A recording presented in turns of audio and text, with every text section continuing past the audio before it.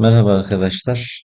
Bu videomuzda imara sınır bir tarlanın, hatta imar planı çalışması aşamasında olan bir tarlanın fiyat değerlemesini nasıl yaptığımızı, bu değerlemeyi yaparken nelere baktığımızı, nelere dikkat ettiğimizi, hangi parselleri hangi minvalde incelememiz gerektiği ile ilgili detaylı bir video oldu.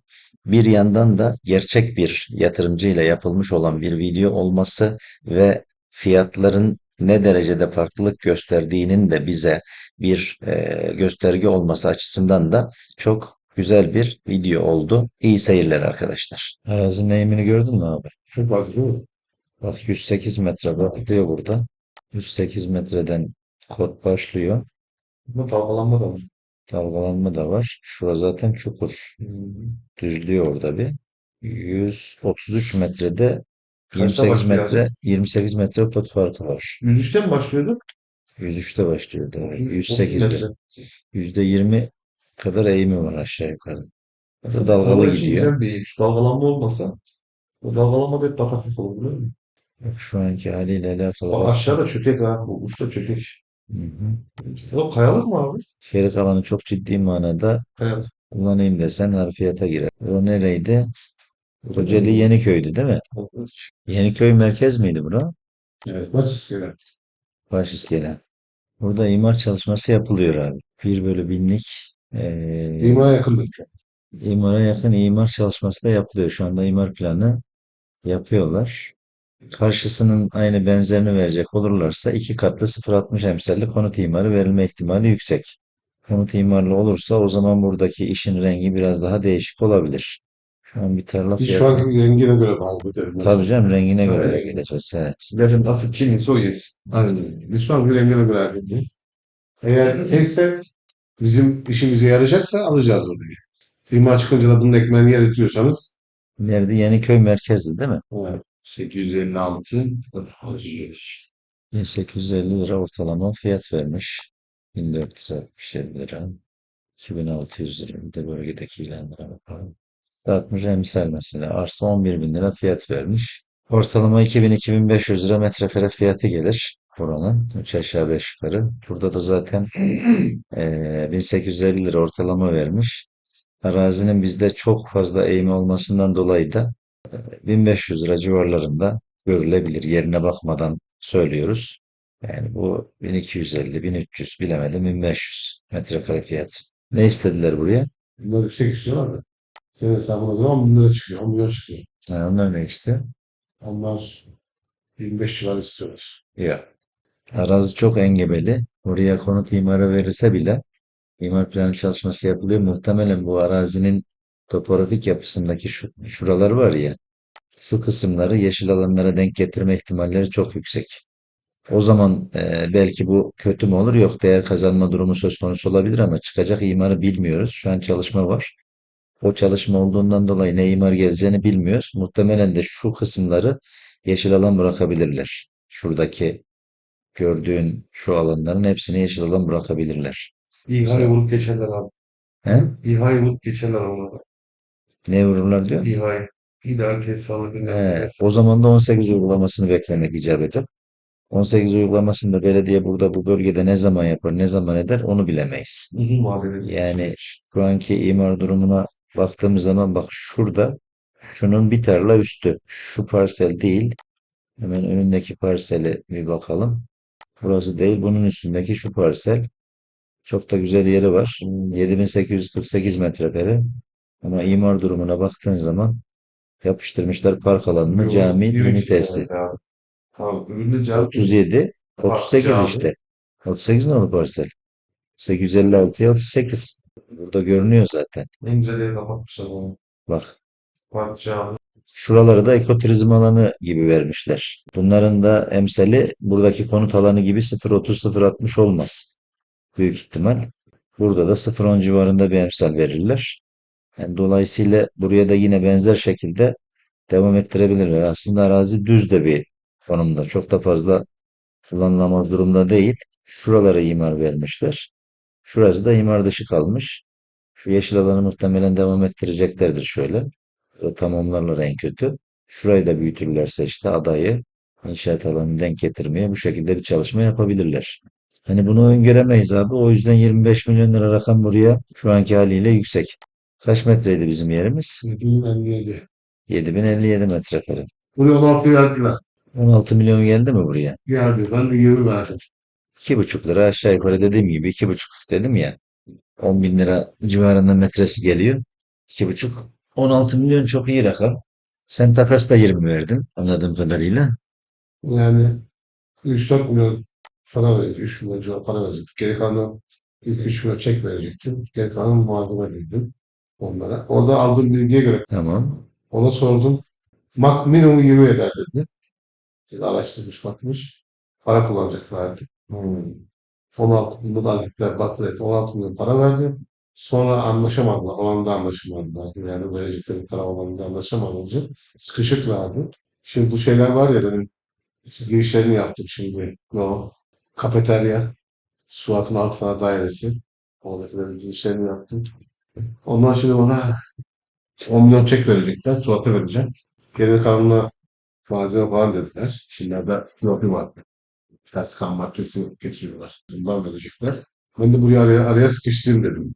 Yani ticarette menfaatin ve karın varsa Şimdi senin öngörüne bakıyorum dedim. Ne diyorsun? Burası zaman geldiğinde, imar açıldığında burası şimdi baktığımda bin metrekare şeyler Maşukiye o taraflarda 7-8 milyon lira araziler. 5'ten başlıyor 7-8'e kadar gidiyor. ben 10 bin liradan gördüm zaten. İmarlı arazinin metrekaresini 10 bin liradan gördüm. 10 10 bin liradan gördüm. Onu da ona göre de 2500 lira fiyat biçtim ama arazinin topografik yapısının çok engebeli olması, içindeki o ağaçların olmasından dolayı da imar çalışması sırasında muhtemelen yeşil alan verme ihtimali 18'de beklemeyi de öngörerek işte 2000 lira 1500 lira fiyat verdim sana. ama diğer şekilde Eğer burası çıkarsa burası düz bir arazi olsaydı bak şurada yanılırdık örnek veriyorum. Buranın imarı ne görünüyordu? Buranın imarı net bir şekilde şuradaki imara baktığın zaman düz bir arazi, dümdüz bir arazi. Buna baktığımız zaman burası camiyi koymuşlar, yeşil alanı koymuşlar. Gelecek imarın ne olabileceğini, nasıl bir sürpriz şuradaki olacağını imar bilemem. övünden sadece orayı kaç tane birden çıkar orada? Bak şuradaki imara göre verirlerse 7000 metrekareden %45'ini aldığını varsayalım. Bize kalacak parsel 7000 çarpı 0,55'te 3850 metre çarpı 0,60 dediğimizde 2310 metrekare. 250'lik 200 metre net yapayım desem orada villaları yani 250-300 metrekare brüte gelse 12 tane. Biraz daha küçülteyim desen 150 metre 160 metre net de iyi bir villa olur. Çarpı 200 dediğimde bölü 150 diyeyim. Hadi 160 diyeyim tam olsun. Yani ideal güzel bir şey. 15 villalık bir arazi olur. Arazi Arif Baba senin şeyine göre böyle arazi eğimine göre şey kullanarak yapılamaz mı? Yani Yapılabilir ancak o da çok hareket almadan yani arazi engebesine göre villa şeklinde tamam yapılamaz mı? yapılabilir. Yapılabilir ama harfiyatla alakalı Ordu'daki senin memleketteki o arsayı biz almaktan niye vazgeçtik? Afiyetten dolayı. Yani Orası başlı 110 başına 110 dairelik yerdi. Orayı uçurum yani. alacaktık, yapacaktık. Ondan sonra ankaraj ve istinat duvarı hesaplarını yaptığımızda inşaat maliyeti kadar maliyet çıkıyordu. Abi, Harfiyatı yabana atma. Abi ters hesaptan gidelim. Metrekaresi 10 bin lira imarlı arsanın fiyatına göre gitsek 3850 metre 4000 metre yaklaşık parsel kalıyor. Ona göre zaten 40 milyon para yapıyor. Daha imar olmamış. Daha kesintiler yapılmamış. Bu haliyle 40 milyon lira para üzerinden emsal görsen bunca zaman bekleyeceksin. 40 milyonluk yere zaten verilecek para bu haliyle ne olacağı da belirsiz bir şekilde. İşte 0,60 emsale göre hesap yaptık ama şuradaki yere baktığın zaman mesela burası ekoturizm alanıdır. 0,10 emsaldir burası.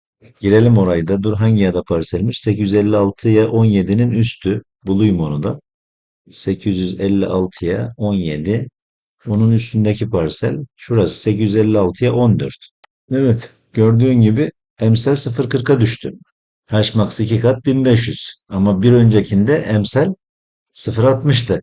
Yani şimdi buna göre hesapladığın zaman gelelim 3850 çarpı 0,40 dediğinde bölü 160'lık villa yapıyoruz dediğimizde 10 villaya düştü. Yani birine 15 villa yapılabilir o imara göre. Burada 10 villa yapılabilir. 5 villa uçtu gitti. Hani %30'dan kat karşılığı verdiğini varsaysan 1,5-2 villa uçtu gitti zaten. Hani ne gelecek imar onu bilmiyoruz. Bir de burada süreç var. 18 ne kadar zaman sürecek? Belediye bu 18'i yapacak mı? Ya da imarda bizim burası ifraz tevhid yapılıp temiz olacak parsel olup da biz kendimiz müracaat edip yapacağız mı? Bir sürü belirsizliğimiz var. Bunların hepsini göz önüne aldığında normal 40 milyon lira eden bir yere bugün 15 milyon lira, 16 milyon lira verilen rakam, bir de orada alavere var, kendi para verme durumları var, ekstra kazanç paramları var. Onları göz önüne alarak bu işi yapıyor. Sen de zaten takasta gayrimenkule teklif Ya ederken burası alınsa ileri vadede para kazandırır mı burası? 20 alınsa böyle. yani adını unutursan gelecek imar belli eder onu. Riskli. Ama dersen ki 10 milyon liraya ben bu iş ticarete gireyim mi? 10-12 milyon liraya al derim. Ama 20 milyon liraya o paranı git başka yerde değerlendir derim. İlerlettiği zaman bitti. 856'ya 38 buna da bakalım. 856'ya 38. 38. Şurada ticari konut vermişler. Bir miktar. Şurada. Emsal ne görünüyor? Ona da bir şuradan görmeye çalışalım. 0,20 emsali var. Ticari konut vermişler ama emsali düşük. Artı bak burada minimum ifraz şartı bunu da inceledik ya biraz önce. 1500'den aşağı parselde üretemezsin diyor. Gördüğün gibi arazinin %40'ı 45'i zaten gitmiş otomatikman. Yol yeşil alana. Ve cadde cephesi gitmiş yani adamın. Ana cadde cephesi gitmiş. Şimdi şu parseli ben Burada burada ilk ödüyorlar şimdi parasını. Niye ödeyecekler? neye? Mahkemelik olur o işler genelde abi. Bunu kamulaştırmayla almayacak. 18 uygulaması yapacak. Herkesten %30, %40 kesecek. Kestiği zaman bu kısımda belediyeye kalacak. Ha, diğer tarafta adam şey yapacak, yapacak. Yani tabii diğer tarafına inşaatını yapacak. Mesela burayı aldığı zaman şurada yeni imar çalışması var ya. Burayı keser. Şu şekilde burası tarla olarak kalır. Bu parsel için söylüyorum.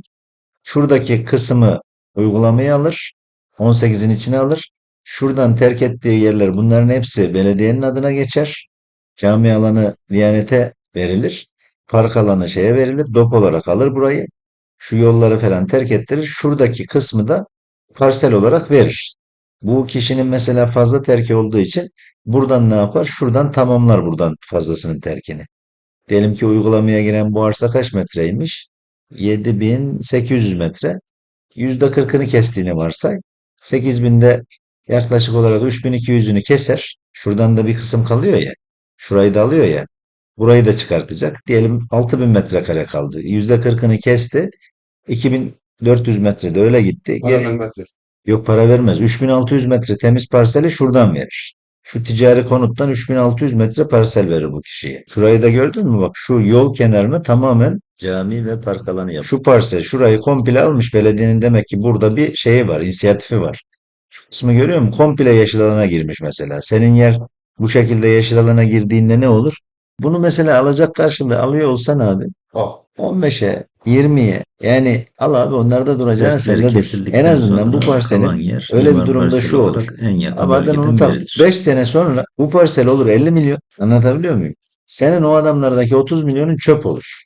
Düşer 10 milyon liraya. Yani 20 milyona durup da 10 milyona düşene kadar burada 20 milyon liraya biraz pahalı almış ol. Şimdi 3'ü 4'ü ayarlayıp bence. Tamam mı? Ayarlayıp. Ya bizim dayıoğlu var. Dayıoğlu'na burayı aldırıp bekleteceğim. Başka çaresi yok. Yani. 10 milyon tamamlıyor. 10 milyon da hesaplarına düşecek. Böyle hepsinin hesaplarına düş deseler var ya. Zaten 25'e ben alıyordum. Ben düşünüyorum ya. Sıkıntı yok. Evet arkadaşlar, son cümle yatırımcımızın 10 milyon lira değer biçmiş olduğumuz bir yere 25 milyon TL'ye alacağını söyleyerek bitiriyor. İşte burada bir tarla imara sınır, imar planı çalışmasının içerisine alınmış. Şu anda ne olacağını bilmiyoruz. Ancak ilerleyen süreç içerisindeki olabilecek varyasyonları değerlendirdiğimiz bir video oldu. Bunlar hepsi bir bakış açısı sunuyor bize arkadaşlar. Bu bakış açısı dahilinde olabilecek ihtimalleri hesaplıyoruz ve yatırımcının burayı alma düşüncesi, alma amacı, yatırımcının içinde bulunduğu durumsa bize arsanın ya da arazinin fiyatının belirlenmesi noktasında çok farklı fiyatlara çıkılabildiğini gösteriyor. Yani 10 milyon lira dediğimiz değer biçtiğimiz bir yeri yatırımcı aslında tamamen alacağını kurtarma noktasında düşündüğünde 25 milyon TL'ye kadar alabiliyor. Tabii bu arada 16 milyon TL verildiğini duymuş. Sorduğu tanıdığından 20 milyon TL edeceği fiyat bilgisine ulaşmış. Bu minvalde de olaya yaklaştığı zaman alacağını da kurtarma noktasında olayı değerlendirerek 25 milyon TL civarında bir fiyata burayı almaya razı olduğunu da kendisi söylüyor. İşte bir arazinin, bir tarlanın, bir arsanın fiyatının belirlenmesi noktasında arkadaşlar alım amacının belirlenmesi dediğimiz husus bu. Burada sadece alım amacına göre fiyatının belirlenmesi değil, bunun yanında bu yapılmış gerçek bir değerleme arkadaşlar. Birlikte beraber oturup konuya bütün yönleriyle baktık, yaklaştık. Bildiği kadarıyla yorumlayabildi. Bilmediği noktalarda da biz yön göstermeye çalıştık. Ama ve lakin el netice bir gayrimenkulün fiyatı belirlenirken de nasıl bir yol izleneceği ya da fiyatın ne olacağı işin en nihayetinde mevcut konjüktüre göre bulunuyor arkadaşlar. Evet, bu videomuz da bu manada farklı bir bakış açısı getirdiğimiz bir videomuz oldu. Diğer videolarımızda görüşmek üzere. Dinlediğiniz için teşekkür ediyorum. Sağlıcakla kalın arkadaşlar.